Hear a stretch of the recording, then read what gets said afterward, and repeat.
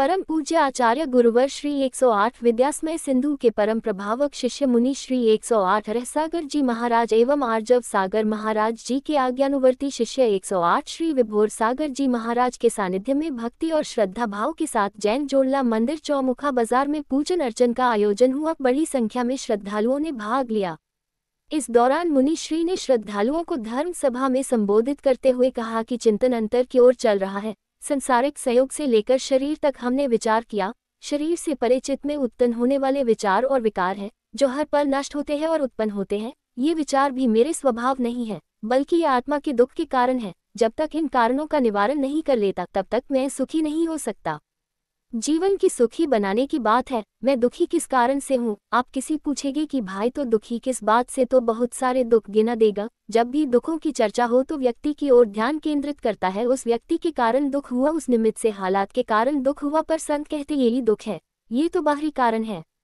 जड़ को पकड़ो। बाहरी कारणों को देखकर हमें ऐसा लगता कोई हमें दुखी कर रहा है, लेकिन ये वास्तविकता नहीं है। संत कहते हैं कर्म सिद्धांत को समझो। हमें बाहर से कोई दुखी नहीं करता, हमें दुखी बनाते हैं हमारे द्वारा उपार्जित कर्म, जिसे हम प्रतिपल उपार्जित कर रहे हैं। एक सभ्य इंसान को किसी अपराध के लिए कहा जाए तो क्या वो राजी होता है? नहीं।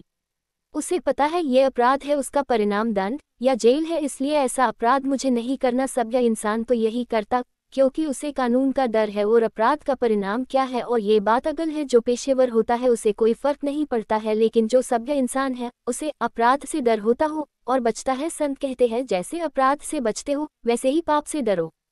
प्रवक्ता अमित जैन ने बताया कि प्रवचन के पश्चात मुनि श्री की आहारचर्या हुई। आहारचर्या का सौभाग्य विजय कुमार जी, शिशिर कुमार जी गोधा परिवार और कैलाश चंद जी, सुरेंद्र जी पाटोदी परिवार को प्राप्त हुआ। इस दौरान भक्तों ने भक्ति और श्रद्धा के साथ सेवा का पुण्य अर्जित किया। भक्ति और श्रद्धा से भरा आयोजन विवेक सोगानी, जिनेश पाटनी, धनेश गोधा, अंकित पाटनी, दीपक, वीरेंद्र जैन, राकेश जी, ऋषभ, शिखर चंद जी, संजय, शशिकांत, विनोद जैन, अनिल जैन, विकास आदि ने इस धार्मिक आयोजन में बड़ी संख्या में श्रद्धालुओं ने भाग लिया। प्रवचन सुनने के बाद सभी ने आध्यात्मिक ऊर्जा और आत्मिक शांति का अनुभव किया। पूरे आयोजन में भक्ति, श्रद्धा और उल्लास का वातावरण बना रहा।